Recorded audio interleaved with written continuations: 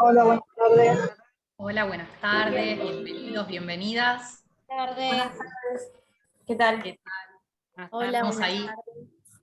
esperando que se sumen. Hola, buenas tardes. Buenas tardes. Buenas tardes. Buenas tardes. Se siguen sumando, se siguen sumando. Hola, buenas tardes. Hola, buenas hola. tardes. Buenas Ahí tardes. está. Buenas tardes. Hola, buenas tardes. Bueno, bienvenidos, bienvenidas. En nombre de la Universidad Nacional Guillermo Brown, estamos muy felices de contar con la presencia de Belén Loguercio, que, bueno, en este conversatorio que se está dando justamente dentro del curso de extensión universitaria, bueno, estamos sumando la visita de alguien que le va a dar mucho valor a esta capacitación desde la experiencia, desde el conocimiento técnico en el área. Así que bueno, muchísimas gracias Belén por sumarte a esta iniciativa, y gracias al equipo docente, a Karina, a Vanessa, que bueno, están siempre ahí sumando también ideas e invitados especiales para, bueno, sumarle este valor agregado, ¿no?, a este tipo de capacitaciones, más llegando a fin de año, que por ahí cuesta más coordinar y hacerse un lugarcito en la agenda. Así que gracias Belén por permitirnos contar con tu presencia en esta capacitación. Bueno, Cari, si querés presentar a Belén. Bueno, en principio agradecer a Ignacio Jatuchenko, secretario de Extensión, que abre las propuestas tan populosas para cuando está terminando el año y sigue apostando que estas propuestas sean absolutamente gratuitas y abiertas a la comunidad. Esto nos marca un eje y un sentido, el verdadero sentido de la universidad pública, en principio porque nos acerca, ¿no? La universidad, para los que somos primera generación de universitarios, es algo que en el imaginario está lejano. Y estos espacios nos ayudan a apropiarnos de esto que nos pertenece, que es la construcción de una educación con sentido localista. Bueno, Belén, mil gracias por estar acá y hacerte en tu agenda, que yo sé que está complicada, es fin de año, peor todavía. Belén es jueza de familia, es una querida docente de la Universidad de Lomas de Zamora, de la cátedra de Marta Pascual. Compartimos espacios como el Centro de Estudios Jurídicos, en los cuales nos abocamos a entender un poco qué es lo que sucede con la cuestión penal y las cuestiones de familia. Y hoy vino a hablarnos de los sistemas protectivos de la Ley 13298 y contarnos cómo es su labor de familia en el marco del curso de operador de niños, niñas y adolescentes. Agradezco a Iván, que debe estar por ahí también, que es docente del curso. Y bueno, de nuevo, muchísimas gracias Belén por participar. Les pido por favor que se muteen. No, la verdad que agradecerles a ustedes, en esto la agradecida soy yo. Realmente para mí es un placer, lo hablábamos recién, un placer formar parte de la educación pública y gratuita. Yo también, como bien dijiste vos recién, Karina, soy hija de primera generación universitaria en mi familia, por lo cual para mí todo esto tiene que ver con una devolución que uno le hace al Estado, ¿no? que quizás en otro momento no hubiese podido ser. Así que yo para mí soy una admiradora de la educación pública, y formar parte de esa educación pública para mí es un orgullo. Por el otro lado, participar de estos encuentros en Brown también, así que nada, doblemente agradecida. Yo voy a compartir pantalla, voy a hacerles un desafío en el día de hoy, que tiene que ver con que nosotros podamos capacitarnos, y también a partir de esta capacitación poder comprender cómo funciona el sistema de promoción y protección de la niñez, cómo llegan los niños dentro de un proceso de promoción y protección a estar en una situación de adopción, para que nosotros cuando escuchamos, no sé, la tele o escuchamos algunos comentarios, podamos discernir, podamos opinar, podamos quejarnos, porque también el sistema tiene sus fallas, tiene sus errores, pero bueno, desde el lado de lo que sabemos, ¿no? Yo creo que en esto, como decía Karina recién, nosotros debemos empoderarnos en esto de ser ciudadanos, de aprovechar todos los espacios de capacitación y de enseñanza, porque replicamos, ¿no? Yo, todas las personas que pasan por el juzgado, que transitan este tipo de procesos, siempre les digo que más allá del resultado, que todos hacemos lo posible para que sea el mejor de los resultados siempre que hay niños, niñas y adolescentes en el medio, uno intenta ser lo más cuidadoso posible y lo más respetuoso posible. Entonces, bueno, que aparte aprovechemos o que asumamos el compromiso con esos niños, niñas y adolescentes de replicar cómo son realmente los procesos para que desmitificar un poco lo que el común de las personas creemos o entendemos que son los procesos donde transitan los niños, para que de esa manera colaboremos con que la mirada de la sociedad es una mirada más compasiva, más comprometida con la situación de los niños, niñas y adolescentes, no nos resulte tan ajeno una situación adoptiva, no nos resulte tan ajeno la situación de un niño, una niña o un adolescente que requiere la ayuda del Estado para poder tener garantizados sus derechos, y nos podamos comprometer a partir de eso, ¿no? Porque no lo vemos como algo tan ajeno, sino que algo que nos puede tocar y pasarnos en lo cercano, y poder tener herramientas para acompañar a esa persona que esté transitando esa situación de una mejor manera. Obviamente que me pueden interrumpir las veces que necesiten, yo voy a intentar hacerlo de una manera más, es decir, darle contenido, pero de una manera que sea activa y que nos podamos sentir todos cómodos en esta clase del día de hoy. Bueno, nosotros, primero que nada, contarles que Argentina tiene una plataforma legal, tiene un sistema jurídico legal en materia de niñez, por lo cual, cuando muchas veces nosotros nos preguntamos acerca de las intervenciones de la justicia o de los organismos en materia de niñez, esto no es una modalidad que cada uno de los jueces o cada una de las personas se nos ocurre hacerlo porque nos gustan más los chicos, nos gustan más los sistemas, nos gusta más el cuidado, no, sino que todos aquellos que trabajemos con niñas, niños y adolescentes debemos estar capacitados, debemos estudiar, debemos tener espacios de reflexión, espacios de humanización en cuanto tratamos con estos chicos, y esto tiene que ver con un contexto que es legal. Cuando yo digo contexto legal, es porque nosotros hay una ley que así lo dispone, una ley que establece cómo tenemos que tratar a cualquier niño, niña o adolescente que esté transitando cualquier tipo de proceso. Cuando me refiero a cualquier tipo de proceso, yo se los explico a los chicos cuando vienen al juzgado, tiene que ver con un proceso en el colegio, tiene que ver con un proceso de salud, tiene que ver con un proceso en una salita barrial, en una actividad que los chicos hagan, y también obviamente tiene que ver con un espacio en la justicia. Es decir, en todos aquellos espacios donde los chicos, niñas, niños y adolescentes, es decir, de los 0 a los 18 años, puedan tener algún derecho o alguna cuestión de vulneración, nosotros siempre tenemos que tener en cuenta estos preceptos que vamos a analizar ahora. Argentina firma lo que es la Convención de los Derechos del Niño, y a través de esa firma, de esa aceptación de esta situación de legalidad en materia de derechos de los niños, nosotros asumimos una responsabilidad en cómo vamos a tratar a nuestros niños en Argentina. Para eso tenemos ciertos principios que tenemos que saber, que son mínimos, principios que establece. Hay alguien que me parece que tiene el micrófono encendido y que quizás nos haga un poco no sé si me escuchan bien. Paola López, por favor, ¿podés apagar el micrófono? Bien, cuando nosotros nos referimos a este principio que muchas veces por ahí lo hemos escuchado y es muy difícil o no lo terminamos de comprender, que es el interés superior del niño, ¿no? Debemos decir que esto es un concepto, y que como un concepto es vacío, es decir, que el interés superior del niño puede ser, en el caso de Juan, estar con su familia, y en el caso de Pedro, pensar en una alternativa a esa familia. Entonces, no hay una situación preestablecida y rígida cuando hablamos del interés superior del niño, sino que nosotros siempre decimos que los operadores del sistema, todos aquellos que trabajemos con niños, niñas y adolescentes, vamos a tener que ingresar en ese concepto vacío determinadas cuestiones que nos hagan entender qué significa para ese niño o adolescente el interés superior.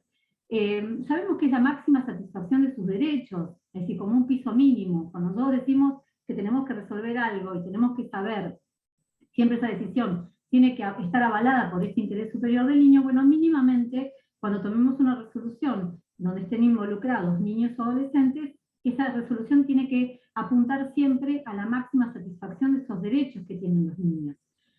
Siempre, para la Convención de los Derechos del Niño, la prioridad es que estos niños sean criados, educados y que vivan junto a su familia de origen. Esto es una prioridad para el Estado argentino, de hecho está en la Constitución, ahora lo vamos a ver, en la Constitución Nacional, en la Constitución Provincial también.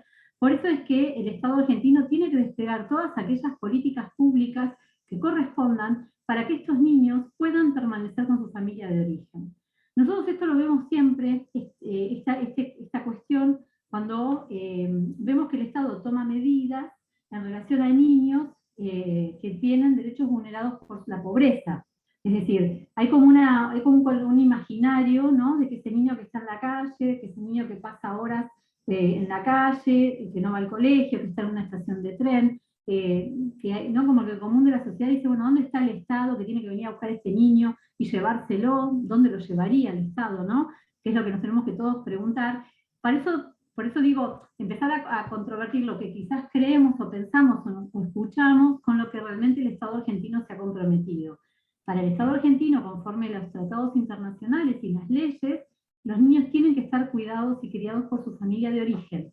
Y que si esa familia de origen no puede, porque no tiene los medios, porque tiene ciertas dificultades, es el Estado, a través de las políticas públicas o de los programas que correspondan, el que tiene que salir a ayudar a esa familia para que esa familia pueda efectivizar ese derecho a que el niño sea cuidado por la familia de origen.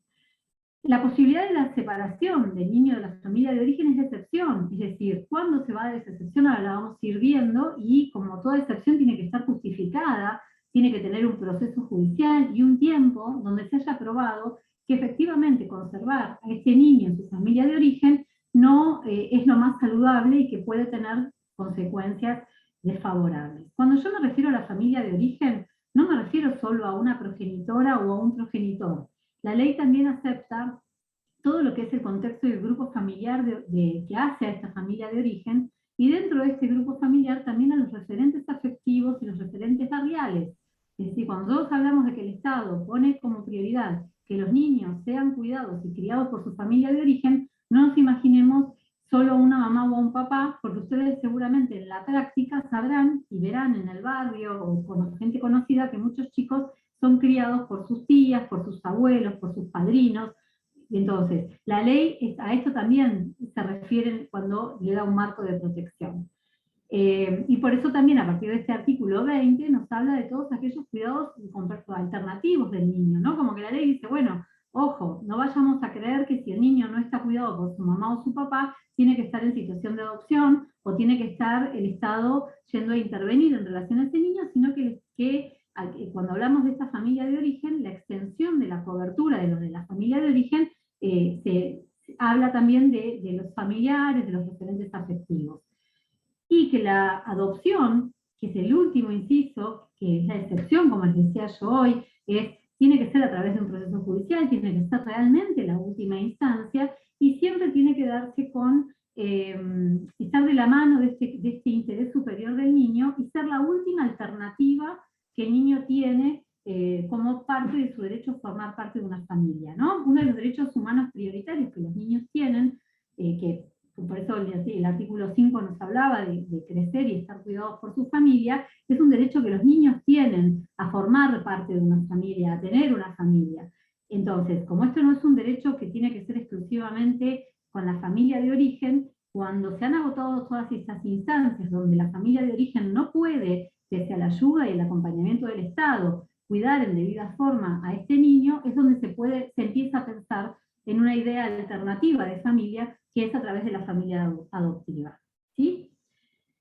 Nosotros tenemos dos leyes en la Argentina, aparte de la Convención de los Derechos del Niño, una ley que es de contexto nacional, que es la 26061, que es la que va a establecer concretamente, es una ley maravillosa, que establece concretamente cuáles son los derechos y las garantías que tienen los niños en todo proceso judicial y administrativo, ello sumado también al artículo 36, como decíamos hoy, de la Constitución de la Provincia de Buenos Aires, que nos habla de la exigencia que la provincia tiene que establecer políticas públicas que procuren el fortalecimiento de la familia, ¿no? Que nosotros no nos olvidemos que muchas veces para que estos niños puedan permanecer en su ámbito familiar, requieren de la ayuda del Estado. ¿A través de qué? De todos aquellos programas o políticas que los estados, ya sea el Estado nacional, el Estado provincial o el Estado municipal, incluso las ONG, puedan desarrollar para beneficiar que este niño sea criado o cuidado dentro de su comunidad.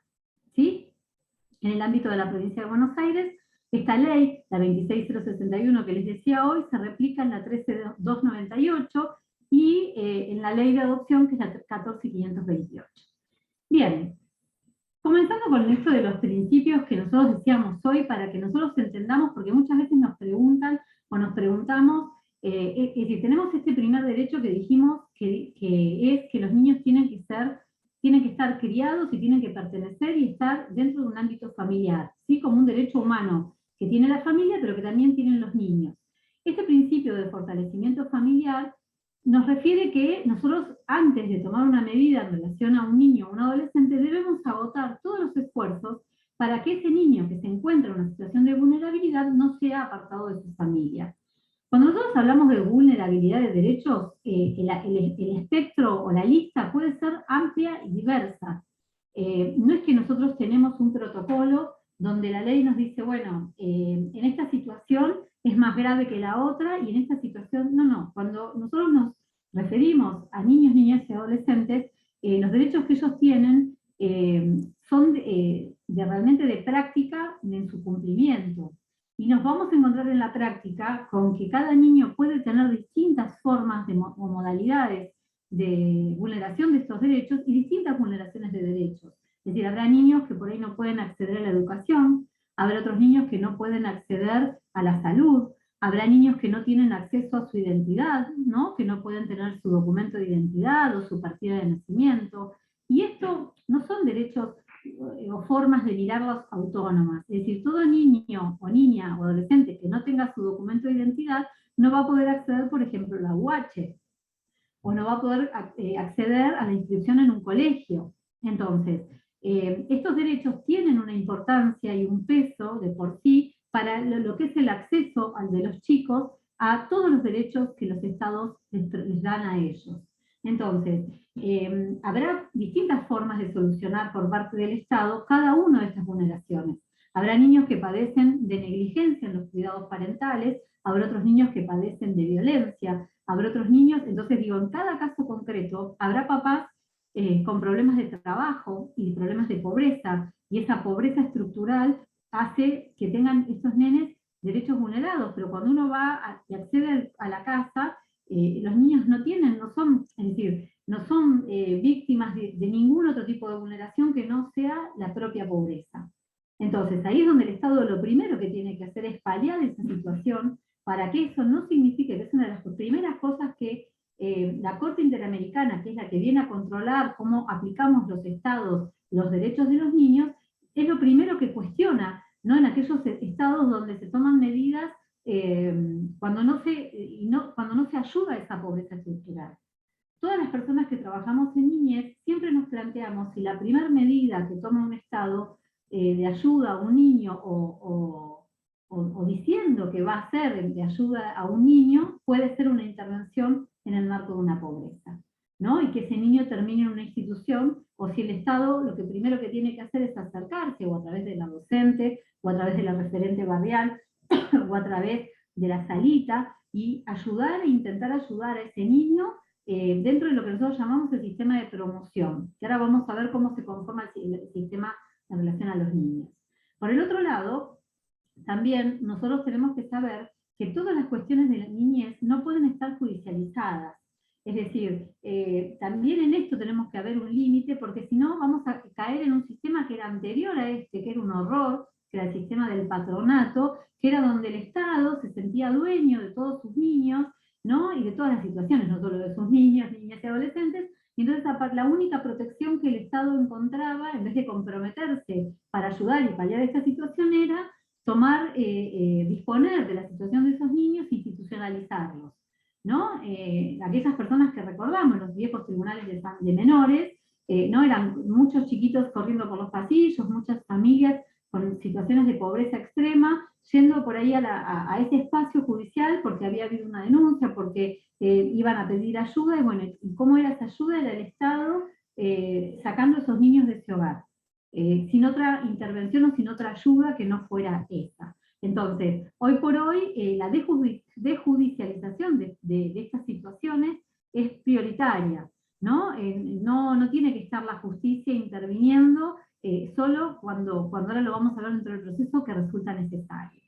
Entonces, recordamos esto que decíamos hoy, el interés superior del niño como este marco legal, ¿no? Que va a ser un concepto vacío, que cada uno de nosotros, vamos a decir en el caso de Juan, este interés superior, esta máxima satisfacción de sus derechos es quedar con su familia y pedirle al Estado que garantice que puede ir al colegio, que se le dé en forma inmediata el documento, que se le ayude a la mamá a tramitar ante ANSES el cobro de la UH, ¿no? Que a la mamá se le ayude con todas aquellas no sé, cuestiones que necesite en forma inmediata para tener garantizados sus derechos.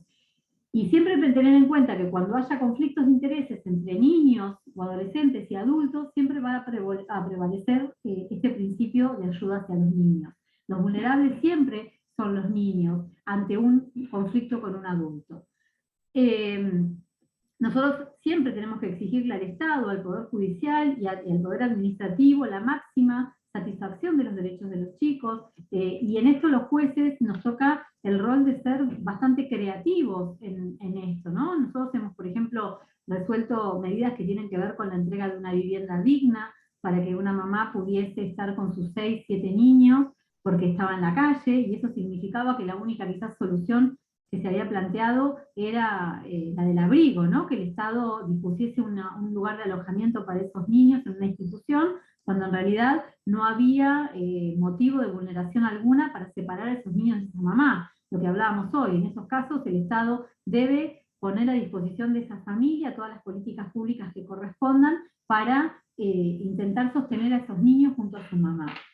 Por eso estas cuestiones que tienen que ver con la exigencia, ¿no? de exigirle al Estado, al Poder Municipal, al Poder Judicial, que no nos olvidemos siempre de esta premisa. ¿Cómo se transforma o cómo está armado este sistema de promoción y protección? ¿Por qué le decimos sistema de promoción y protección? Porque hoy decíamos que los niños tienen derechos que son suyos, que son propios, que son los primeros que van a interponerse en un conflicto con los adultos.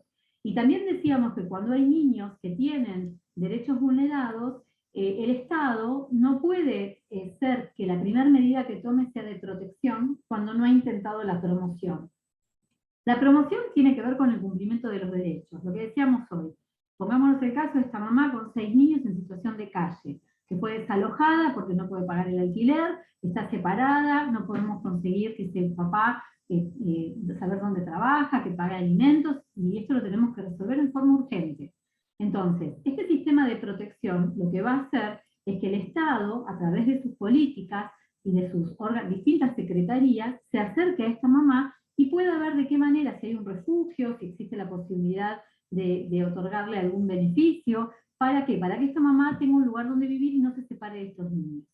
Esto es lo que significa el sistema de promoción, promover los derechos de los niños con políticas públicas o políticas gubernamentales, municipales. Ahora, cuando esta política pública del sistema de promoción fracasa, ahí es donde el Estado no, es decir, también hay tiempos para el despliegue de estas políticas, ¿no? Por nosotros tampoco vamos a estar, o cuánto, si bien no hay un protocolo que diga cuánto tiempo se tiene que esperar para ver si hay que tomar otra medida, pero sí lo lógico es que muchas veces cuando el organismo, dentro de sus funciones del sistema de protección, advierte que hay un niño con derechos vulnerados y se acerca a esos papás para darles una ayuda y disponer de una política pública, de una estrategia para revertir esa situación, y pasa el tiempo y la situación no se revierte, es decir, a pesar de que los niños se acercaron y le tramitaron el documento, y tramitan la percepción de la UH, los niños siguen sin ir al colegio, siguen estando en situación de calle, siguen estando en algunas cuestiones de riesgo, ahí es donde el Estado debe desplegar lo que se llama el sistema de protección. Es decir, no alcanzó el sistema de protección, vamos al sistema de promoción, vamos al sistema de protección. ¿Por qué? Lo que decíamos hoy, cuando el Estado se acerca para asistir a un niño y a un adolescente, no puede ser que la primera medida que tome es alejar al niño de ese grupo familiar sin antes haberlo ayudado a que ese grupo familiar supere los problemas que tiene, ¿no? Si son de índole económico, si son de índole de salud mental, de discapacidad, de adicciones, de falta de trabajo. Bueno, lo primero que se hace dentro del sistema de promoción es ayudarlos, y viendo qué política pública, ministerial, o municipal puede ayudar. Si esas políticas fracasan porque con el paso del tiempo la situación se agrava o sigue igual, el Estado tiene que tomar lo que se llama un sistema, dentro del sistema de protección, que ahora vamos a ver de qué se trata. Las medidas de protección son aquellas medidas que son excepcionales y son las que se toman y que se disponen separar a ese niño, niña o adolescente de ese contexto familiar. Es decir, yo ya advertí que hay un niño que tiene derechos vulnerados, que pasa todo el día en situación de calle, que está en situaciones problemáticas, que está en riesgo, fuimos a buscar a su mamá y a su papá, bueno, hicimos el tema de lo del DNI, se ayudó a la progenitora que percibiera la UH, se fue al colegio a hablar con los directivos del colegio, y pasado un tiempo, el mismo vecino, el familiar, vuelve nuevamente al organismo a decir, bueno, la situación de riesgo de ese niño o niña persiste. Entonces el sistema de promoción se transforma en una medida de protección excepcional, que es cuando el Estado decide separar a ese niño de esa conformación familiar. Esa medida excepcional de derechos es lo que nosotros llamamos la medida de abrigo, ¿sí? Que es cuando el Estado separa al niño de su conformación. Ese sistema que nosotros vimos, ¿cómo funciona? El sistema de niñez tiene dos cuestiones. Es un sistema mixto, por suerte, que tiene que ver con una fase administrativa y un organismo administrativo, y una fase judicial con un organismo judicial.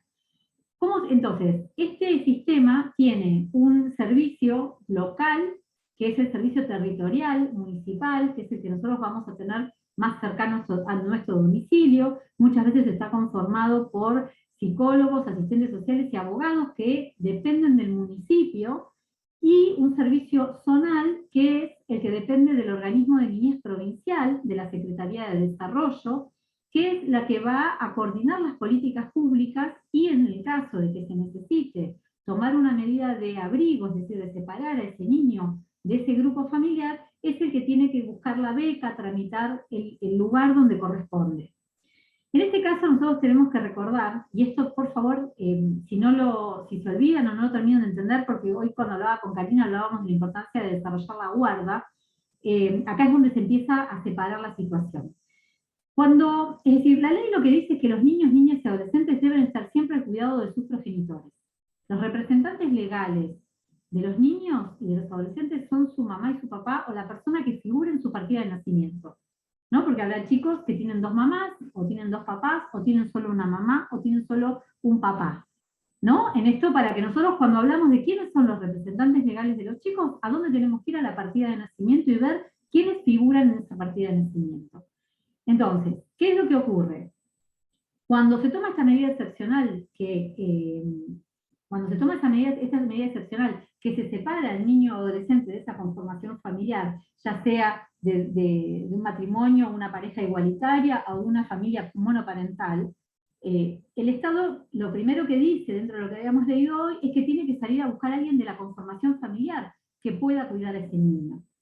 Entonces ahí es donde empezamos a pensar, hay una abuela que puede ayudar, hay un padrino, hay una tía, hay una madrina, hay una vecina, hay una docente. Y en el caso de que esa persona exista en la vida del niño, lo que va a priorizar el organismo es que esa persona sea quien se quede al cuidado de ese niño. Entonces esa medida de abrigo, que también se va a llamar abrigo, va a resolverse en un ámbito alternativo familiar. Es decir, que no todos los niños en los cuales se toma una medida de protección terminan, gracias a Dios y por suerte, en una institución, sino que muchas veces, por suerte, terminan resolviendo su situación viviendo con algún familiar o referente afectivo. Entonces, este sistema que decíamos dual, de que se forma con el organismo, es decir, cuando yo, vecina, docente, familiar, advierto que hay un niño que tiene derechos vulnerados, debo ir al organismo de niñez, al servicio local, a decir, hay un nene, Juancito, que es mi sobrino, que es mi vecino, que está pasando esta situación. El organismo, ya dijimos, el servicio local primero va a intentar ayudar a esa familia para que revierta esa situación, y si estas cuestiones no persisten, no se modifican, va a decidir qué medida es la mejor. Si el abrigo en familia ampliada o el referente afectivo, o el abrigo en una institución, porque no han podido dar con algún familiar o las personas que han entrevistado no están en condiciones. Entonces, una vez que esa medida excepcional, ¿por qué? Cualquiera de las dos, porque recordemos que para la ley es tan importante, es decir, de la misma manera que un niño que no vive con sus progenitores, que esté en una institución o esté con un familiar, hay que tomar la medida y darle intervención a la justicia. Y ahí es donde se conforma este sistema mixto del organismo administrativo con el sistema judicial.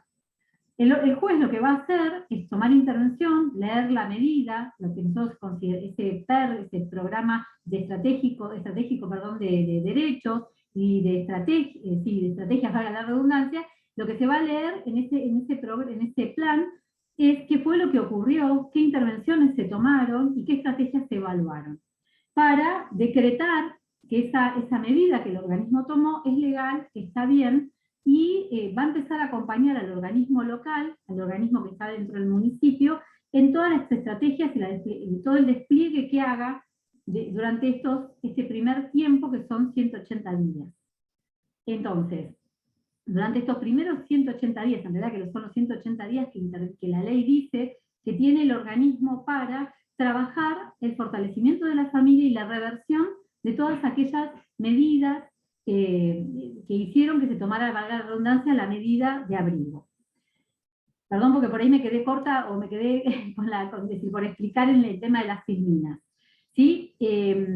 Vuelvo a esto de la definición de la medida de abrigo, ¿no? El servicio local, dijimos, el servicio que está en el territorio, es el que va a adoptar esta medida, que es una medida excepcional, que es provisoria, porque puede cambiar en cualquier momento, puede cambiar porque el joven o el niño decida abandonar esa medida que se toma, puede ser porque se encuentre algún familiar que pueda responsabilizarse por el niño, o puede ser que también el organismo advierta que los progenitores han cambiado, se han comprometido a hacer todas aquellas cuestiones que se les pidió en beneficio de estos niños, y por eso esa medida es provisional. Es instrumental, ¿por qué? Porque tiene que tener una legalidad, tiene que estar avalada por el juez, tiene ciertas formalidades, hay que levantar un acta, esas actas tienen que ser enviadas al juzgado y tienen que también figurar en un sistema que se llama REUNA, que es donde el organismo provincial va a tomar conocimiento, que eso sirve como registro de cómo funciona el sistema de promoción y protección en la provincia de Buenos Aires, sirve como base de las políticas públicas en materia de niñez, y sirve también como base para ver cómo estamos trabajando los juzgados en los tiempos y en las decisiones que tomamos en relación a los niños, niñas y adolescentes. Bueno, yo igual voy a tratar de, Karina, después de dejarles estas filminas, pero bueno, voy a tratar de ir a lo más importante, ¿sí? Para que nosotros cuando se llega a esta medida del juzgado, la primera función que el juzgado tiene es la de evaluar la legalidad de esta medida. ¿Qué decimos cuando nosotros miramos la legalidad de la medida? Es decir, que el organismo haya citado a los progenitores, los haya valorado que dentro de la medida del abrigo es una medida excepcional, que como es excepcional tiene que tener una gravedad lo que haya ocurrido, y que tiene que no haber otra posibilidad de abordar la situación de este niño, niña y adolescente. Que el lugar donde se disponga que este niño cumpla esta medida sea lo más cercano a su domicilio y a sus afectos, para que esto tampoco sea para el niño como un castigo, ¿no? Que algunas veces nosotros vemos que es el niño el que se atreve a contar en el colegio, o una amiga, mamá de un amigo, algunas cuestiones que vive en la casa, y es el que termina quizás siendo apartado de esta familia y terminando en una institución lejos de su familia, ¿no? En esto siempre nosotros nos replanteamos, cuando miramos la legalidad o miramos en qué tipo de institución está y qué tipo de abordaje se hace desde el organismo de niñez, pensar, bueno, que muchas veces, como hablamos con la gente del organismo, no hay otra alternativa, que fue bien evaluada como última alternativa, pero bueno, siempre nos queda este sabor amargo de explicarle al niño cómo esta medida que está pensada como una medida de protección es una medida que él la resiste o que no es una medida que se adecúa a sus deseos, ¿no? Cuando nosotros decretamos que esta medida es legal, porque hemos visto que el niño ha sido notificado, se le ha explicado los motivos por los cuales se ha tomado esta medida, siempre en un lenguaje que sea claro y entendible para él, explicarle que tiene la posibilidad de designar la figura del abogado del niño, con lo cual nosotros trabajamos un montón, y no tenemos que olvidarnos que todas las personas que trabajamos con niños, niñas y adolescentes, podemos pedir al Colegio de Abogados de Lomas de Zamora la designación de un abogado del niño, no solo para los chicos que estén atravesando estas cuestiones, sino para cualquier chico que tenga un mínimo derecho vulnerado. Nosotros, por ejemplo, el otro día estuvimos con una abogada que acompañó a una joven en su proceso en un proceso en el cual se dirigió al registro civil porque para hacer valer su derecho a la autopercepción, ¿no? En su casa no la comprendían, y bueno, la abogada del niño la ayudó, la acompañó. Entonces, no lo pensemos solo desde un proceso judicial, no lo pensemos solo en un conflicto de la ley con sus progenitores, sino que también lo pensemos del lado de la asistencia y desde el acceso a los derechos y a la justicia que todos tenemos, y sobre todo los chicos, perdón, ¿no? En ese sentido. Una vez que esta medida se toma, es decir, volvemos como rápido a hacer este ejercicio, ¿no? Que yo fui al servicio local territorial y conté que había un niño que estaba en situación de vulnerabilidad, el servicio toma intervención, se acerca al grupo familiar, intenta ayudar a este grupo, dispone de estas políticas o estrategias para paliar esa situación, con el paso del tiempo que el organismo determine, evalúa que esa situación no se revirtió, entienden que se tiene que tomar dentro de este sistema de protección una medida de abrigo. Esta medida puede ser dentro del grupo familiar, en el contexto social o dentro de una institución. Esa medida, una vez que se toma, debe ser comunicada al juez y al asesor para que lo que dijimos hoy, el juez decrete la legalidad de esa medida, considere que está fundada dentro de las cuestiones que el organismo tuvo en cuenta para que esta medida, que es excepcional, ¿no? Porque en esto es grave entenderla desde ese lado, ¿no? Que el Estado viene a buscar a un niño o una niña y la separa de lo que es su grupo familiar, un poco lo que hablábamos hoy. Tiene que establecer este plan estratégico de restitución de derechos, que esto es importantísimo, porque nosotros cuando trabajamos con los chicos en el ámbito judicial, el derecho a la información y a la participación en los procesos judiciales, siempre tiene que ver con esta primera historia que nos cuenta a nosotros el organismo. ¿Y por qué digo una historia? No es un cuento, no es una novela, sino que es la intervención pura del organismo. ¿Por qué? Porque algunas veces nos había pasado que nosotros antes, ¿no? En esto de que también hemos ido evolucionando este proceso, cuando nos sentábamos con el organismo, siempre nos pasa que el organismo sabe de quién estamos hablando, porque esto es lo maravilloso de lo territorial. Lo conocen del colegio, lo conocen del barrio, lo conocen del club, lo conocen de la plaza, lo conoce la vecina. Entonces, esto tiene que estar en una historia que esté en el expediente, de cómo el organismo toma conocimiento de la situación de este nene, cómo lo aborda, qué es lo que hace, qué es lo que despliega, para después terminar contándonos a nosotros dentro de lo que es el Poder Judicial, qué es lo que se evaluó como esta estrategia, ¿no? Este plan a 180 días. Bueno, en este momento Juan tiene que estar con la tía, o tiene que estar en la institución, pero en estos 180 días se va a trabajar con la mamá para que vaya a tratamiento y revierta esta situación. Y también con el papá para que vaya y nos traiga el certificado. Están convocados de acá a 10 días para, bueno, esto es lo que es el plan estratégico, ¿no? De acá a 180 días, ¿qué es lo que queremos revertir? ¿Qué es lo que vimos que estaba mal? ¿Y cómo lo vamos a revertir? ¿Qué políticas y qué programas y qué estructura vamos a desplegar para que esto funcione? Tenemos 180 días. ¿Qué pasa en esos 180 días? En esto podemos decir, hay tantas posibilidades como juzgados de familia y asesorías, pero bueno, yo les voy a contar mi experiencia, que por eso creo que me han llamado. Yo entiendo que nosotros tenemos una gran responsabilidad como jueces de familia y como parte de este sistema de corresponsabilidad.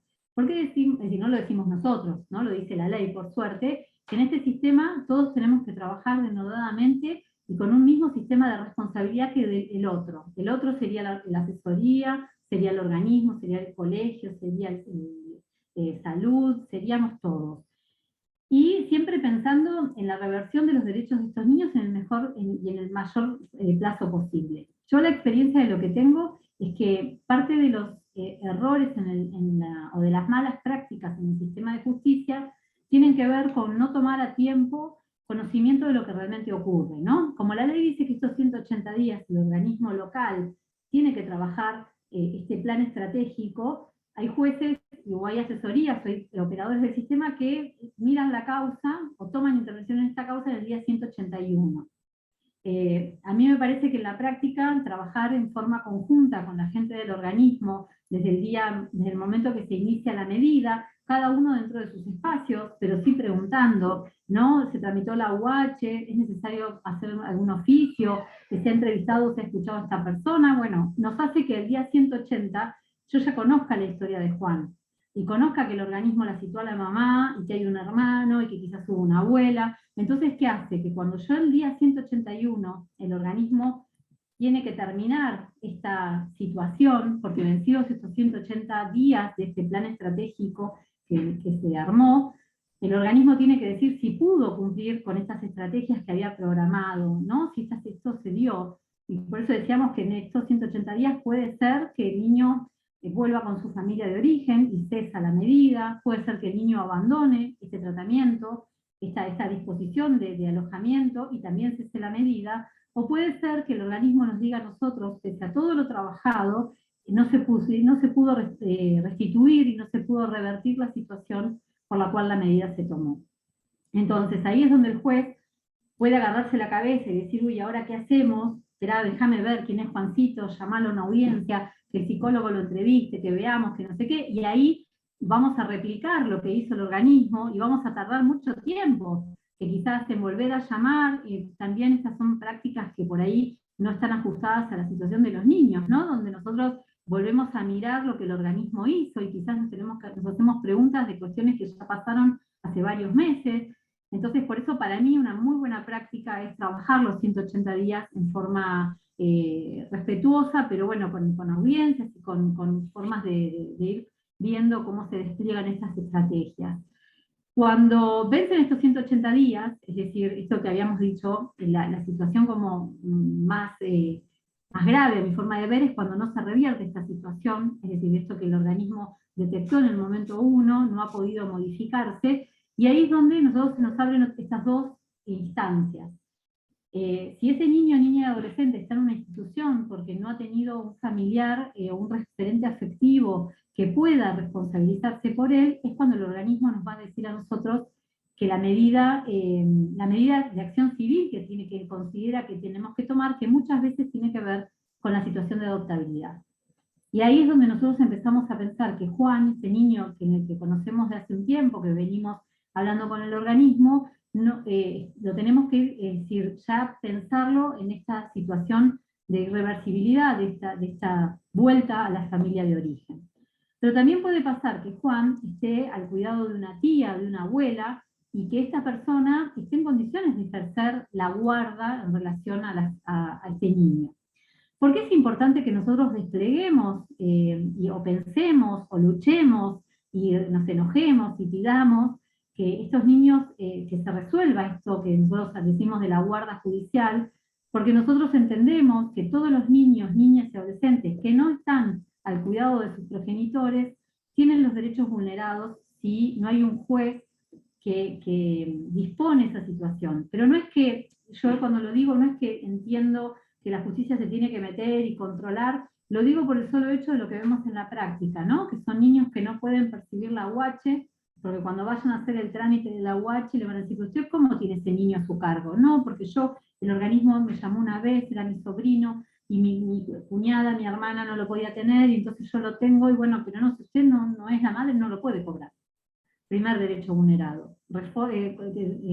Renovación del documento de identidad, lo mismo. Y así podemos llegar a llenar un montón de casilleros. Entonces, si bien está dentro del contexto familiar y está dentro de su familia de origen, siempre debemos intentar o pedir la declaración judicial de la guarda, porque con esa guarda judicial, que tiene un plazo de 1 año, que ahora lo vamos a ver bien, estamos garantizándole los derechos al acceso de todos los derechos de este niño, y estamos también dándole una herramienta legal a la persona que los cuida, ¿no? No nos olvidemos que, por ejemplo, que pasamos por esta situación de pandemia, el tema de la vacunación, o el tema de que, ¿se acuerdan cuando empezamos la pandemia que se habían estructurado algunos lugares si había algún familiar internado y había que disponer que la familia estuviese en un, no sé, digo, refugio no es la palabra, no me acuerdo ahora cómo se llamaban estos lugares que se habían armado. Bueno, parte de la preocupación del organismo era que había muchos chicos que estaban al cuidado de personas que no eran sus representantes legales, y que si había que firmar un pedido, una autorización o algo, había que judicializar esa situación de este niño. Entonces, es importante que cuando hablamos de niños y adolescentes, pensemos que la persona que se encarga de su cuidado necesita tener un aval legal para que acceder a los derechos que son de los niños, ¿sí? Entonces, vencidos los 180 días, el organismo nos dice a nosotros, si es que no se revirtió la situación, o si es que el niño no abandonó esa disposición, que podemos ir a la situación de la declaración de la adoptabilidad en aquellos casos donde la situación fue irreversible, o si los niños cuentan con un familiar y ese familiar se ha hecho cargo de estos niños, pensar en una guarda como figura legal. Los niños que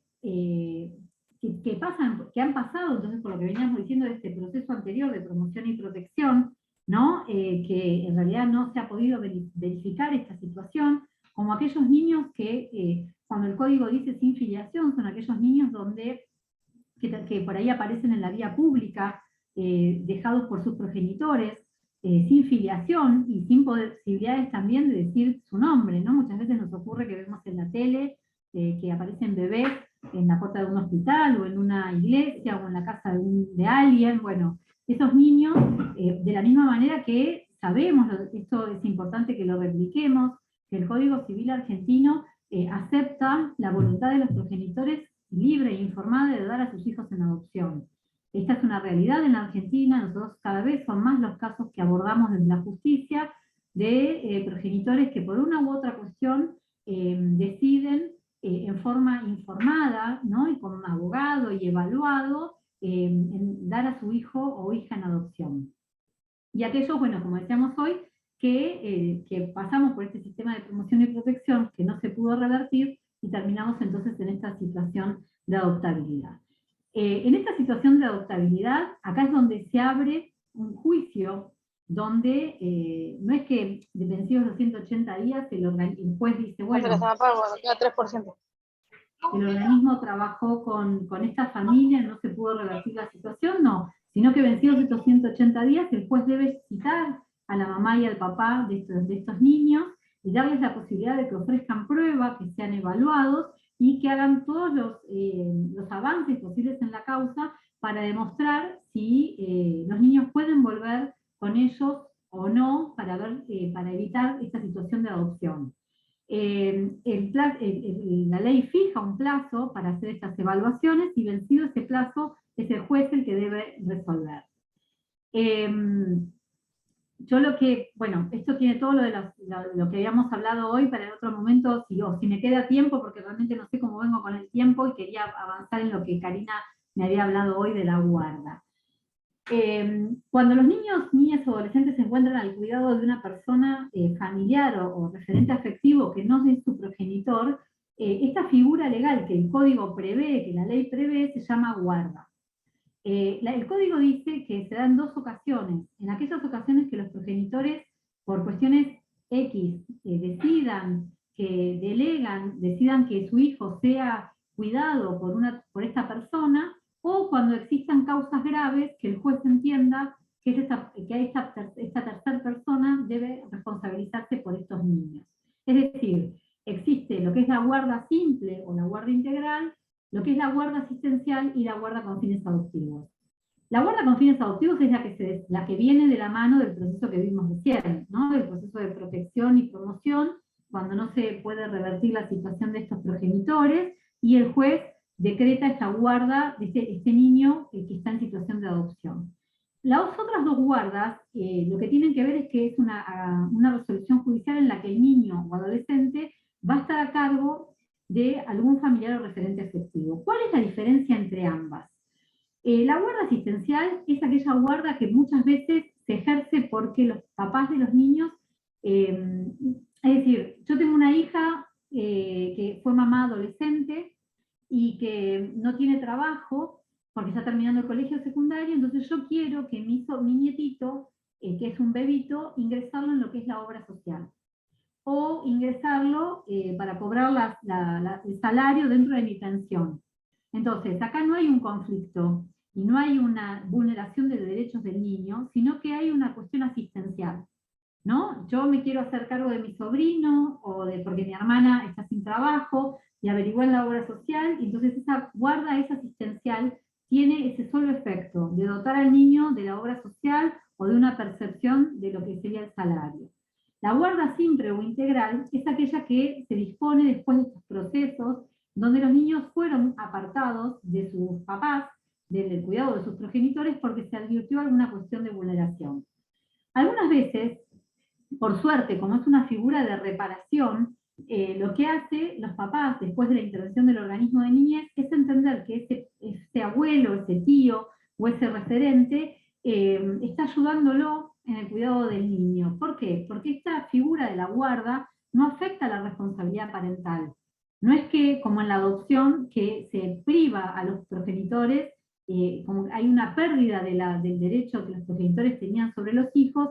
En cambio, en la guarda, la ley establece que tiene un plazo, que va a ser de 1 año, por 1 año, prorrogable por 1 año más, para que después el juez pueda determinar qué acción es la que hay que continuar para la intervención del niño, ¿sí? Para la mejor situación de este niño.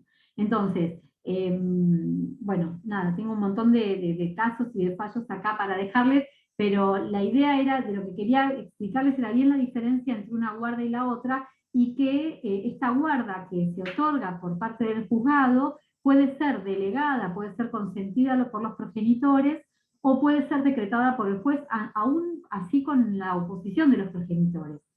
Las dos van a tener un plazo legal de 1 año, y van a ser prorrogables por 1 año más, para que después de esos 2 años, el juez y los guardadores, también escuchados los progenitores, puedan determinar qué acción corresponde para ese niño o adolescente. Es decir, si estos papás pudieron revertir en estos plazos la situación y el joven o niño ha vuelto a vivir con ellos, o es necesario prorrogar o buscar una figura legal como la tutela para que continúe a cargo de esta familia. No sé, Cari, cómo voy con el horario, si sigo desarrollando el tema de la adopción. Re bien con el horario y casi Bien. con todos los temas que es para el curso de operador, así que muchísimas gracias. Re bien, mira, nosotros, la idea son las 18, más o menos 15 minutos más, y hacemos algunas preguntas puntuales. Perfecto. Que son de los ejes formativos, si puede ser. Sí, perfecto. Yo lo que les quería explicar, que me parece que es importante, porque hay el código sí establece una prohibición que muchas veces es tema de diarios y de cuestiones, que es la prohibición de la guarda de hecho. ¿Qué significa la guarda de hecho y por qué el código lo prevé? Esperen que lo quiero, para que ustedes me puedan acompañarlo desde el lado de la filmina. El código lo que sí dice es que lo que está prohibido es la entrega directa de un hijo a una persona con fines de adopción. ¿Sí? Nosotros venimos de un sistema que ha intentado controlar qué niños o en qué condiciones los niños ingresan en un proceso adoptivo. Por eso cuando nosotros hoy yo les decía que la idea también era que al finalizar este curso podamos nosotros quizás entender o pensar o tener una mirada crítica de lo que algunas veces escuchamos, de lo que son los procesos adoptivos, en qué realmente, qué cuestiones realmente hay que mejorar y qué cuestiones están dispuestas en la ley. Entonces, cuando nosotros venimos de un sistema anterior donde quizás hasta estaba permitido en su momento la entrega en la adopción por escritura pública, ¿no? Yo iba a un escribano y decía al escribano, yo quiero dar a mi hijo en adopción a este matrimonio. Y al Estado argentino en ese momento no le interesaba las razones por las cuales yo como progenitora entregaba a ese niño. Si era reconociendo una situación de falta de aptitud mía, si había una cuestión de dinero, si esa gente a la que yo le entregaba a mi hijo o mi hija eran familiares míos o conocidos míos, y que yo en realidad había un acuerdo que era favorable para el niño, porque podía ser que esa familia lo cuidara y siempre le dijera que yo era su madre, me dejara ir a visitarlo, como muchas veces ocurre. La ley, cuando se modifica el código en el año 2015, opta por un sistema prohibitivo, y entonces lo que establece es una prohibición, y como establece una prohibición, establece una sanción. Entonces, Entonces nos dice que en aquellos casos donde se verifique que un progenitor o progenitora ha entregado a su hijo o hija a una tercera persona que no sea familiar o un vínculo afectivo con voluntad de darlo en adopción, eso está prohibido y faculta que el juez tome una medida en relación a ese niño o niña y lo saque de ese entorno familiar. Lo que se ha evitado lo que se evita, o lo que se ha intentado evitar con el legislador, es estas cuestiones que antes no se sabían si había habido dinero, si no había habido dinero. Desde el año 2015 al día de hoy, mucha agua pasó a través de abajo del puente. Hoy por hoy nosotros hablamos de un vínculo afectivo, hablamos de la socioafectividad, y también se han elevado voces entendiendo que si la mujer o la persona conforme el código puede entregar a su hijo y designar un tutor, que sería una figura legal también de cuidado, ¿por qué no podría dar a su hijo en adopción y elegir al adoptante? No solo decir, yo lo quiero dar en adopción y lo entrego al sistema, sino que decir, bueno, yo lo quiero dar en adopción, pero que a mi hijo lo adopte este matrimonio o esta familia.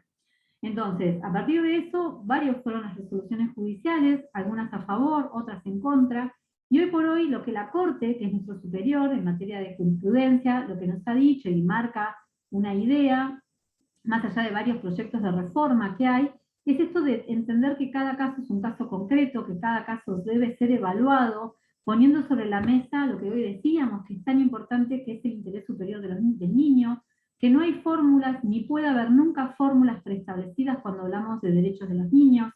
Entonces, ¿por qué? Porque si nosotros tenemos un concepto de la ley y todos los casos deben entrar en ese concepto de la ley, lo más lógico y lo más probable es que cometamos muchas injusticias. Habrá casos, como hemos tenido y hemos analizado, de progenitores que han entregado a su hijo en adopción a familias que han aceptado que ellos son sus progenitores y que los van a vincular toda la vida con... Entonces, familias que han dicho, yo no lo quise dar en adopción a otra familia porque quizás para la otra familia es muy difícil pensar que me van a dejar ver a mi hijo, que cuando yo lo vaya a visitar le digan vino tu mamá, que me dejen participar para las fiestas. Entonces, ahí aprendimos o entendimos que cada planteo debe ser evaluado de conformidad con lo que sea mejor para cada niño, niña y adolescente, que estas fórmulas que se establecieron en su momento como prohibición tienen que ser miradas siempre a la luz de los derechos humanos y a la luz de los derechos que son, es decir, de esa realidad de los chicos, ¿no? Como que en cada caso concreto, siempre que nosotros debemos evaluar situaciones de los chicos, lo que no tenemos que perder de vista es honesto, que esto que hablábamos hoy, este interés superior de los niños y que todas las decisiones que se tomen, no solo a nivel judicial, sino que a nivel administrativo, tienen que ver también con esto, ¿no? Con priorizar a los niños ante un conflicto con los adultos, entender que los niños tienen derechos que son propios por la edad en que están atravesando, pensar que hay figuras como la del abogado del niño o la del asesor tutelar que van a acompañar el proceso siempre desde el lado de la mirada del prisma de los derechos de los niños. Así que bueno, nada, creo que abro el panel para las preguntas porque me parece que por ahí va a ser más rico que puedan participar.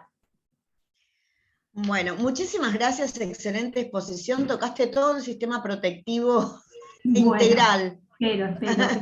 Todo el sistema protectivo integral, hay varias cuestiones que son de índole deformativo y que tienen que ver específicamente con el curso de operador, y es acerca de por ejemplo, de cómo se trabaja la revinculación. O sea, hay una medida de abrigo, y bueno, de repente se dan las condiciones para que ese niño vuelva con la mamá, o se la tiene que vincular a otra casa o a otro hogar. ¿Hay algún seguimiento acerca de eso? ¿A qué instituto pertenece? Por suerte protocolos no hay, porque viste que esto, siempre la utilización de un protocolo muchas veces deja por fuera temas muy sensibles como son estos procesos.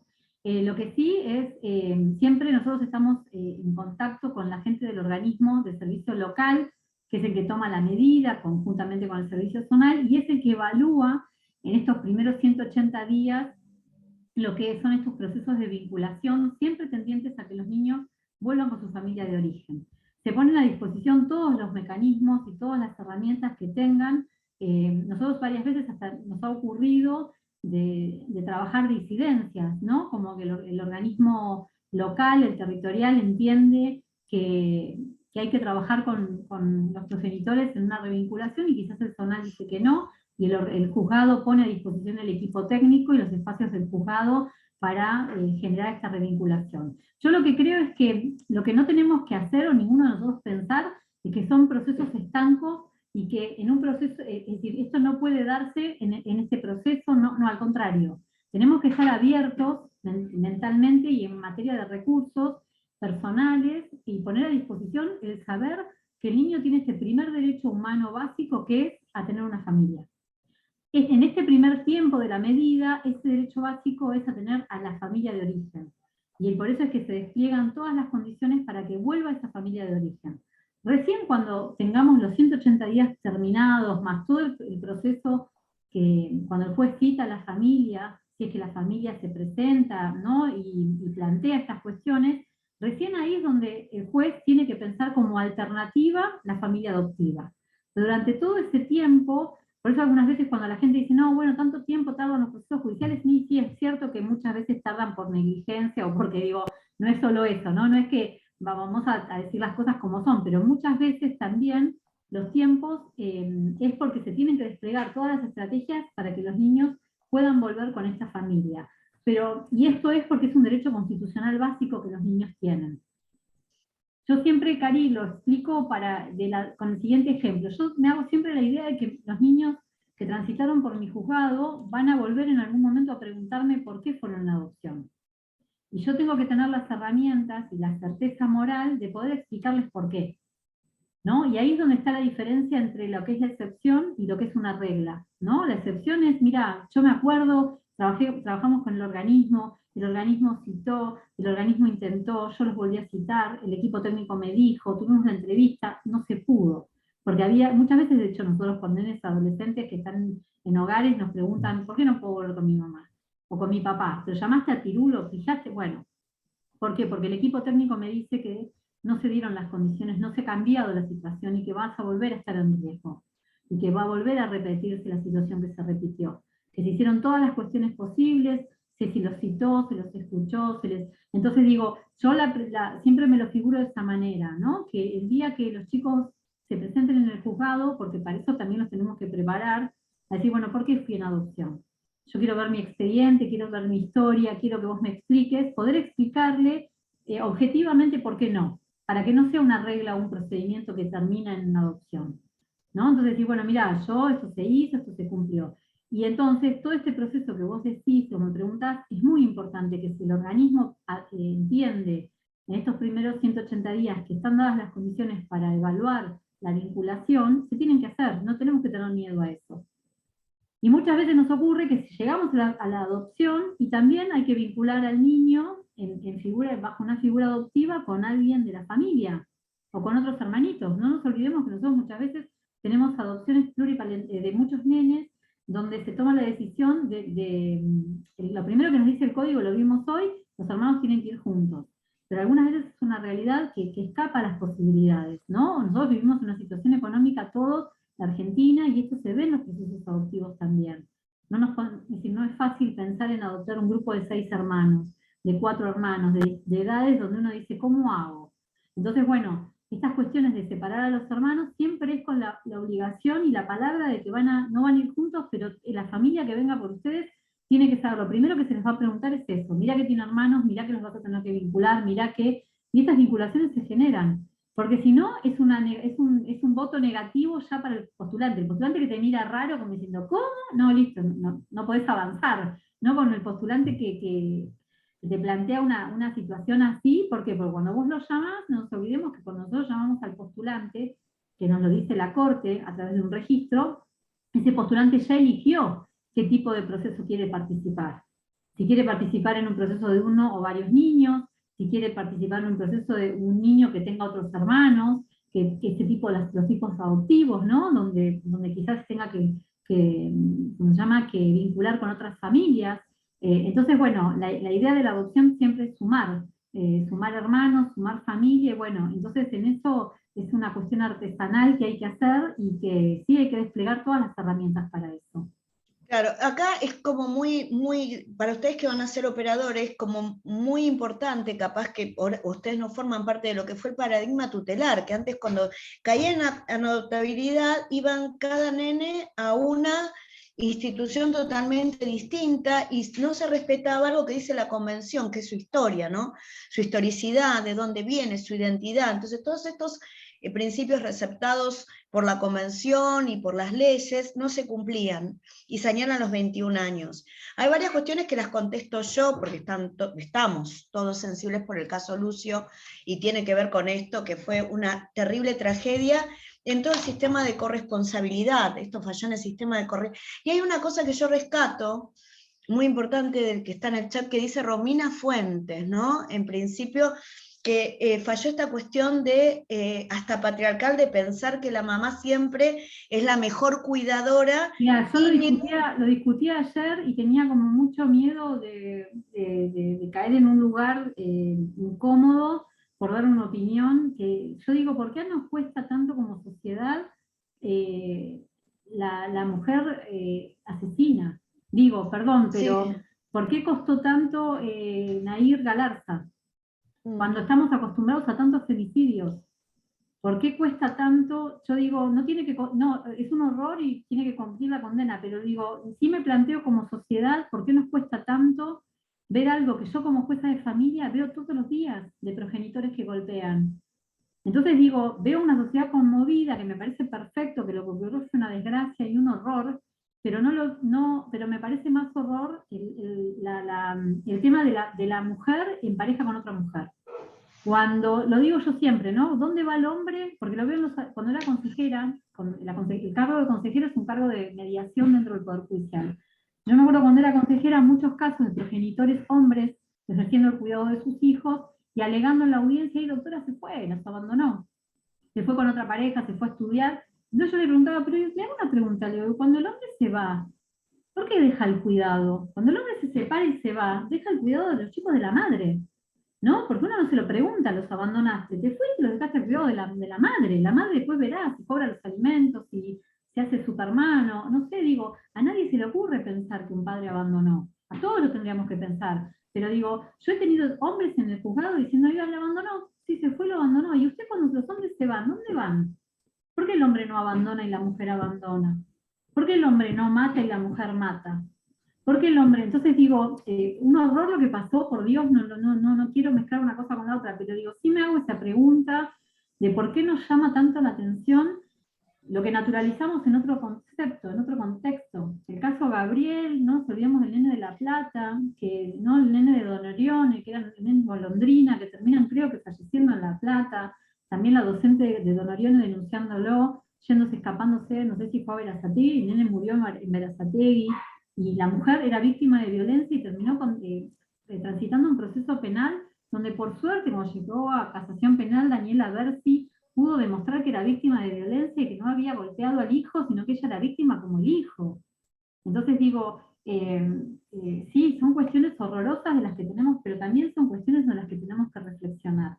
Yo justo hoy saqué una sentencia en un proceso de adopción, en un proceso de abrigo, perdón, situación de adoptabilidad de una nena, que la mamá con una discapacidad. Y si ustedes vieran que lo que yo miraba del PER y las intervenciones, en ningún lado está el progenitor. Y no era que no existía el progenitor, ¿eh? El progenitor estaba, pero a la que se le pidió que fuera al organismo, hiciera tratamiento, se vinculara con la nena, era la mamá.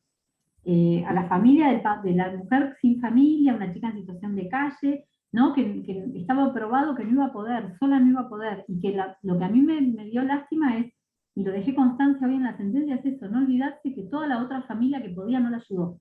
Porque digo, si no es como que seguimos hablando de roles preestablecidos y responsabilidades, cuando no es así. Nada, sí, Cari, yo te entiendo porque estamos... Acá lo importante también es... Claro, es muy terrible. Y acá lo importante también es la formación de estos espacios, para que ustedes estén capacitados para hacer los ojos visores de realidades que son inabarcables. Estamos en un momento donde la sociedad está absolutamente violenta, y es verdad lo que dicen las instituciones, estamos lentas, vamos atrás del control, a veces no se da abasto. Yo lo digo desde el observatorio, desde mi lugar que me toca, ¿no? Desde el lugar que me compete, que es el Observatorio de Niñez, Adolescencia y Familia. Y la idea es Y aparte, poder Cari, porque no nos olvidemos que en esto de los femicidios, en la violencia de género, nosotros tuvimos que aprender, rearmarnos, y aprender que no podíamos permitir que se tomara la violencia como la violencia doméstica como una violencia privada. ¿No? Claro. Vos vas hoy y te roban acá en la esquina y te agarran, te fajan. Cuando vas a la comisaría no te van a preguntar ni qué hacías en la esquina, ni a las 2 de la mañana, ¿no? Entonces es tu pareja o pasó algo, entonces digo, nos costó muchísimo desmitificar el tema de lo privado, y acá es lo que se ve, ¿no? Si un niño vino golpeado del cole o tiene esta cuestión, bueno, que habrá algo privado en la casa, donde eso es lo que primero que es lo que nos tiene que llamar la atención y la alerta. Ya la violencia nunca puede ser algo privado, no puede quedar dentro del margen de lo familiar, no dentro de los secretos, dentro de la costumbre, ¿no? La costumbre del maltrato, la costumbre de pegar para corregir, no, eso no. No, yo creo que cuántas veces nos ha pasado que vamos en la calle, yo siempre pongo este ejercicio, y vemos a una mamá o un papá o una abuela o alguien, ¿no? Pum, sacudiendo un nene, o zamarreándolo, o bueno, ¿no? Y como que por ahí uno no se mete.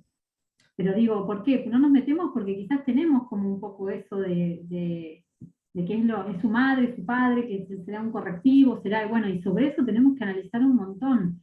Pero sobre todo estas cuestiones que ya hoy por hoy, cuando hablamos de violencia, cualquier tipo de violencia, nunca podemos pensar en el ámbito privado. Ahí es donde dejamos desprotegidas a las víctimas.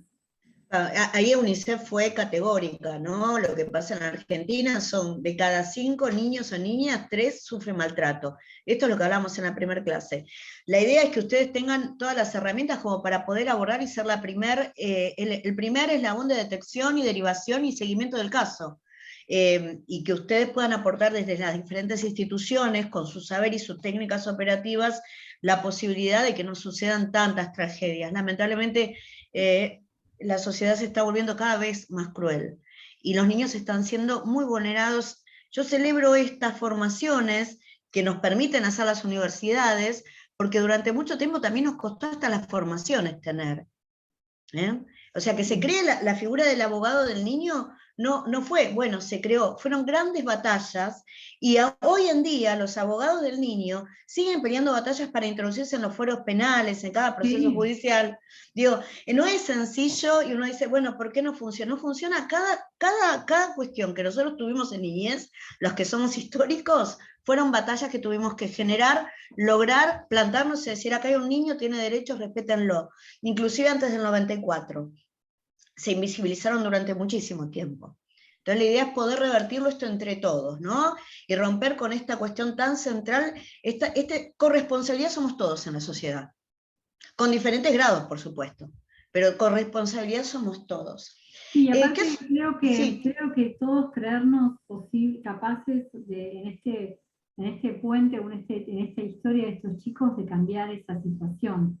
Creo que cuando más sabemos a quién podemos recurrir, dentro de los espacios de cómo está organizado el sistema de promoción y protección, hacen a que nosotros podamos pensar a este niño con otras herramientas. En esta pregunta que hacían el abogado del niño, cualquier persona puede pedir un abogado del niño para un niño, ¿no? Después el colegio evaluará, es decir, el colegio puede, una ONG puede, obviamente que el organismo puede, el Poder Judicial puede, pero digo, yo creo que nosotros durante un tiempo hicimos estas charlas en los colegios para darle herramientas a los chicos para que ellos también tengan un correo electrónico en el que puedan pedir el asesoramiento de un abogado. Recordemos que la función del abogado del niño es ajena a todo esto que nosotros venimos hablando, es la voz del niño en todos los procesos. Más allá de lo que a nosotros nos parezca, si corresponde, no corresponde, digo, lo que hace el abogado es eso, venir a cumplir con este mandato constitucional de los niños en los procesos. ¿Por qué? Porque, y de hecho ya hoy nosotros vamos evolucionando en esto, ¿no? Yo hace 26 años que estoy en la justicia y trabajaba con jueces que decían, bueno, no sé, vamos a escuchar al chico, nos va a venir a decir lo que tenemos que hacer. Yo hoy como jueza jamás me imaginaría resolviendo nada si no conozco a ese chico, pero más allá de eso, ya hoy no solo es la escucha, sino es que la participación. Nosotros debemos aspirar a que los niños sean participantes de todas aquellas cuestiones que los vinculan, en el cole, en la sociedad, digo, ¿no? ¿Y cómo ¿cómo se logra esta participación? Como lo dice el comité, a través de información. Yo no le puedo pedir a un niño una opinión o que participe cuando no sabe, ¿no? Entonces digo, ¿cuántas veces nos ocurre que nos vemos en el juzgado y uno les dice, ¿sabes por qué estás acá? O ¿sabés por qué? ¿Te acordás cuando ingresaste al hogar? ¿Qué era lo que pasó? Muchos nenes, bueno, obviamente que tienen como una memoria selectiva de muchas cuestiones, que son mecanismos propios de ellos, y otras veces no lo saben. No saben el procedimiento, no saben lo de los 180 días, no saben lo del abogado del niño. Entonces digo, ahí es donde tenemos que empezar a trabajar. ¿Por qué? Porque si nosotros pretendemos niños participantes de estos procesos, eso se logra con la información. Entonces, lo mismo en todos sus derechos, ¿no? Si hay situaciones en tu casa que estás viviendo que no están buenas, bueno, o esto, ¿no? Tienen derecho a reclamar alimentos. Yo la otra vez cuando en Brown hicimos esa charla de derechos, ¿no? Y de acceso a la justicia, había un montón de cosas que yo me acuerdo de la sorpresa de decir, no, yo no sabía. Bueno, un niño joven puede pedir alimentos, porque quizás la progenitora le tiene miedo al progenitor, por ahí dice, bueno, yo ya lo conozco, voy a tener problemas. Bueno, los chicos tienen derechos, que son ejercibles por ellos mismos, a través del abogado del niño, a través de las defensorías. Entonces digo, estos espacios Ahí, están geniales. capaz que Belén, para esta cuestión para los operadores, ¿no? ¿Cómo yo llego a tener, por ejemplo, yo veo una situación, voy como operador de una institución y veo situaciones a donde hay maltrato de niños? ¿Cómo yo llego a peticionar la cobertura de este abogado del niño? ¿Cómo lo hago? Sé que es la Casa de Justicia, el CALS, armarse de su carpeta. El colegio de abogados tiene una dirección, un correo electrónico, que después te lo voy a pasar, Cari, para que vos se lo transmitas a todas y a todos, que a través de ese correo electrónico ellos designan el abogado y el abogado del niño se comunica. Lo más importante es transmitir todos los datos para que el abogado del niño pueda contactarse con ellos, ¿no? Entonces, el teléfono, la edad, más o menos un algo de la información como para que este niño o niña pueda por lo menos ser asistido. Por eso te decía, el otro día la abogada del niño contándonos en este proceso, que aparte de un proceso de alimentos entre la madre y los progenitores, y vino y dice, no, yo me presento, pues soy... Y digo, pero ¿dónde el abogado del niño? Yo no lo pedí, ¿quién lo pidió? Entonces dice, no, doctora, discúlpeme, yo soy la abogada del niño de la joven tanto, ella escribió al colegio de abogados porque estaba transitando un tema con su identidad de género, quería que yo la acompañara al registro, entonces yo le dije, tienen un proceso de alimentos tus papás, yo me voy a presentar en el expediente, voy a pedir por vos, y ahí, es decir, ahí es como que se te presente Papá Noel en el, digo, no sé, porque, claro, porque el abogado del progenitor, por ahí pensando que a la progenitora le iba a decir no sé qué, cuando se presenta el abogado del niño, ahí se abre, es decir, nada, para mí es fabuloso, porque son esas herramientas que, bueno, ahí te quiero ver cuando digas que no vas a, porque digo, entre un abogado es como, bueno, una lucha de pares, ¿no? De adultos, pero cuando se te presenta otro abogado, te dice, yo soy el abogado de tu hija y tiene estos derechos y todo, venía a decirme a mí lo que le estás diciendo a la abogada de la mamá. Así que bueno, no, para mí son figuras muy importantes, porque aparte nosotros creo que tenemos este compromiso con nuestros chicos de hacerlos ciudadanos en el futuro, ¿no? De ciudadanos desde, ya lo son, pero digo, desde el acceso a sus derechos, ¿no? De decir, bueno, yo qué sé, encontrar una sociedad más justa y como más preparada para el ejercicio de los derechos. Y estas cuestiones se generan en estos espacios, indudablemente se generan en estos espacios. Importantísimo para ustedes como operadores, tener la carpeta de recursos, ya, desde ayer.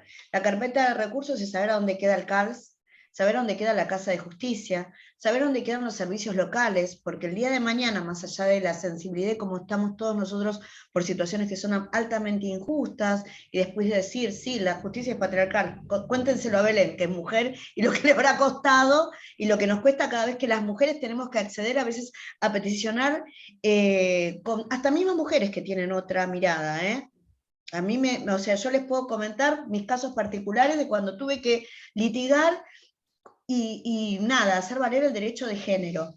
La perspectiva de niñeces es algo que todavía no está en construcción, porque seguimos siendo adultos céntricos, o sea, seguimos mirando desde la perspectiva de adultos. Y aparte que hay lugares donde quizás es peor todavía, ¿no?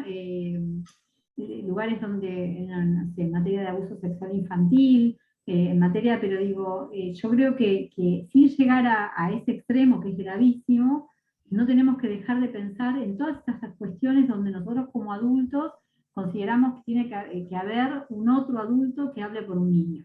A mí me pasa mucho en los derechos de comunicación, ¿no? Mucho en los procesos de familia, donde no hay, seguramente esa voz que yo no quiero escuchar, esa realidad que yo no quiero escuchar, hay un padre alienante, una madre alienante, y no uso esa palabra, no tiene que ver con el síndrome de alienación parental, ni mucho menos, por favor, ¿no? Pero digo, hay un adulto que está usando la voz de ese chico y no.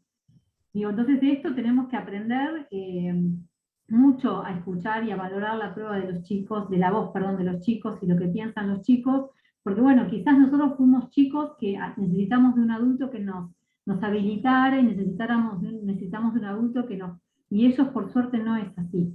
Hay todo un sistema legal que nos dice los niños no necesitan intérpretes de adultos, la voz de los niños tiene que ser escuchada, la justicia tiene que sensibilizarse, tiene que capacitarse, ¿no? Esto de la ley de lenguaje claro, la ley de víctimas, nos habla mucho de esta función. Bueno, muchísimas gracias. Yo siempre a los que están acá les agradezco. Yo siempre les digo que nosotros llegamos a la formación en niñeces precisamente muchas veces porque fuimos niños en algún punto silenciados y no escuchados. Y en un acto de rebeldía encontramos este lugar desde construcción, desde formación y desde lo profesional. El día de mañana queda una sola clase para terminar. La próxima clase que ustedes terminan y se van a recibir de operadores, van a tener que generar este puente que quizás a nuestras generaciones le costó más hacer y revertir esta situación donde los niños todavía son invisibilizados y a veces no son sujetos de palabra. Escuchar a un niño a veces cuesta, porque te viene con la verdad cruda. No hacerlo genera estas grandes tragedias. Así que bueno, muchísimas gracias, Belén. Te abrazo, muchísimas gracias por formarnos. Un beso muy grande a todas y a todos. Es la anteúltima clase. Les agradezco su participación como siempre. Gracias a todas y a todos, que tengan buenas tardes. Y bueno, y estos espacios siempre hay que celebrarlos, siempre hay que, eso que dice Karina, hay que armarnos de estos recurseros, como decimos nosotros en la oficina misma. Hoy pensémonos que sin esta información no somos nada, no podemos dar respuesta a nada, ¿no? Entonces bueno, está bueno como un recurso, así que bueno, los felicito por la finalización casi de este curso, y bueno, cuentan conmigo las veces que pueda ayudarlos. Les mando un beso y un abrazo enorme a todas y a todos. Muchas gracias. Muchas gracias. Hasta luego. Muchas gracias, hasta luego. Gracias. Muchas gracias. Hola Cari, ¿estás por ahí? Acá estoy. Ay, para que no te vayas, no quería interrumpir, que estaban todos agradeciendo y todo estuvo hermosa la clase de hoy. Y nada, yo quería consultar algo burocrático. Sí, Flor. Sigo con el tema de que no me funciona el usuario para entrar. O sea, estoy con el link también de una compañera que me lo pasa, pero al no poder acceder al usuario, no solo que no accedo al material, sino tampoco que puedo subir el trabajo. O sea, yo ya estoy en grupo, ya hice el trabajo, todo. ¿Me lo podés pasar por WhatsApp? Dale, ¿y dónde? No tengo tu número. En el grupo de WhatsApp, perdón que me Soy meta. la que hablo como profesora. Perdón, Ah, en el grupo de WhatsApp está el material siempre y subimos todo ahí también de todas formas. Claro, por eso desde ahí saqué la consigna y encontré para hacer grupo, pero me salí del grupo grande porque eran muchos mensajes. Ahora. Bueno. Buscame si querés en el WhatsApp La y envíame. última, Vane o Karina. Yo, Natalia. Buenas tardes para todos y todas. Bueno. Ay, perdón, no entendí. Entonces, ¿cómo hago? ¿Dónde encuentro? Grupo de WhatsApp, Flor. Dale. Bueno, ahora Flor, vos sabés que yo tenía el mismo problema y ¿sabés cómo lo resolví? Entraba desde el link que nos mandaron en el mail. Sí. Entraba desde ahí y desde ahí sí me dejaba, porque si entraba desde Chrome directamente entrando de la página de la universidad no me dejaba. Entonces volví a abrir el mail, entraba desde el link y ahí me dejaba. Capaz así podés. Ah, intenté siempre así, de ese modo. y no pude. Ah, Pero bueno, lo mando al WhatsApp Bueno, ahora por celu. Muchas gracias igual. buenísimo. Bueno, No, no pasa nada. Gracias. Chau, chau. y Anaí, sí, te vi. A ver, un minutito. Anaí, te vi, te veo, te reconozco, te abrazo. Gracias por tanto, siempre. Llegan muchas cuestiones indirectas que tienen que ver con ustedes y cómo resuelven y cómo orientan. Así que estás invitada para, no sé cómo, ahora le voy a pedir te dejo mi celular acá, ¿cómo hago para dejarte el celular? Te voy a dejar el celular mío, porque me gustaría tenerte, sos más que necesaria, más que imprescindible para estos lugares formativos, estamos promoviendo la perspectiva de niños y realmente nada, te mando y te mando un abrazo, a ver si te puedo mandar acá mi celular. Yo soy muy desastre con la tecnología, chicas, perdonen, disculpen.